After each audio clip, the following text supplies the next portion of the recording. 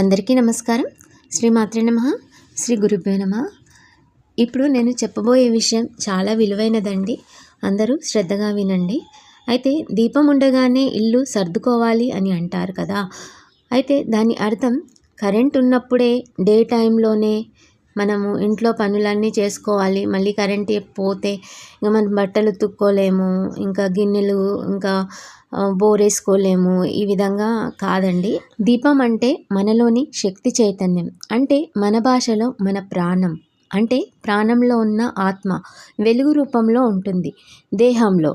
అంటే దేహంలో వెలుగు ఉన్నంత వరకు మనము ఇల్లు, అంటే మన శరీరంలో నుండి ఆత్మ బయటకి వెళ్ళేలోపు నువ్వు నీ పర్పస్ ఏంటి, ఎందుకు మనం వచ్చినాము భూమిపైకి అనేది తెలుసుకొని దాన్ని సక్రమంగా నిర్వర్తించి బాధ్యతలను ఇష్టంగా చేస్తూ వెళ్తే మనం ఎందుకు ఏమిటి అనే ప్రశ్నలకి మనకు సమాధానం కాలమే చెబుతుంది. అయితే దీనికి అంటే మన శరీరంలో చేసే పనులు ఏంటి, అన్ని జీవుల్లో కెల్లా ఉత్తమమైన జన్మ మానవ జన్మ. ఎందుకంటే దేవుడు మానవులకి పలకడం, నడవడం, చేతులతో క్రియలను అంటే పనులను చేయడం, ఇలాంటి క్రియలను చేయడానికి మానవ జన్మ ఇచ్చాడు. అయితే అందుకని మనిషి నువ్వే దేవుడవైతే నీకు చేతనైనంత మంచి మాట్లాడు, మంచి పని చేయు, లేదా ఒకరికి అన్నం పెట్టు, కానీ అన్నం తినేవాడిని బాధించకు, అన్నం పెడుతూ వారిని దూషించకు.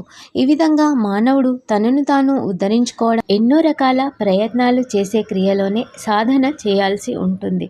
అయితే దీనికి మనం చేయవలసింది ఏమిటి, ఏ గురువు దగ్గరికి వెళ్ళాలి అనేవి సెకండరీ థింగ్స్. అయితే ఫస్ట్ ఆఫ్ ఆల్ మనము మన దైనందిన జీవితంలో మనము భర్త, పిల్లలు, ఇల్లు, సంసారము, ఈ బాధ్యతలన్నీ నిర్వర్తిస్తూ సక్రమంగా నిర్వర్తిస్తూ 100% ఎఫర్ట్ మన కోసం మనం పెట్టాలి.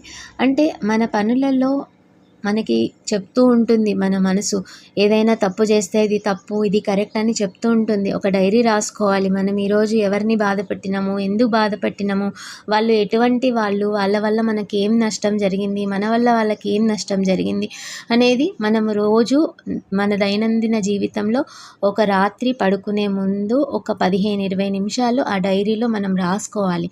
తర్వాత మనం వాళ్ళతోని ఎంతలో ఉండాలి అంతలోనే ఉండాలి. వాళ్ళని ఎవరిని నువ్వు నన్ను ఈరోజు తిట్టినావు, నేను రేపు నిన్ను తిడతా అంటే ఆ కర్మ అక్కడితో అయిపోతుంది. మళ్ళీ మనం కర్మని రాసుకున్న వాళ్ళం అవుతాం. కాబట్టి మనల్ని ఎవరు తిట్టినా, మనల్ని ఎవరు దూషించినా అది మన శరీరానికి అవతలి సైడే. ఇంకా మనం యువతల లోపల ఉన్నది ఒక ఆత్మలో దేవుడు. కాబట్టి ఆ దేవుడు మనలో ఉన్నంత వరకు మనల్ని ఎవరు ఏమి చేయలేరు. కాబట్టి మనము ఆ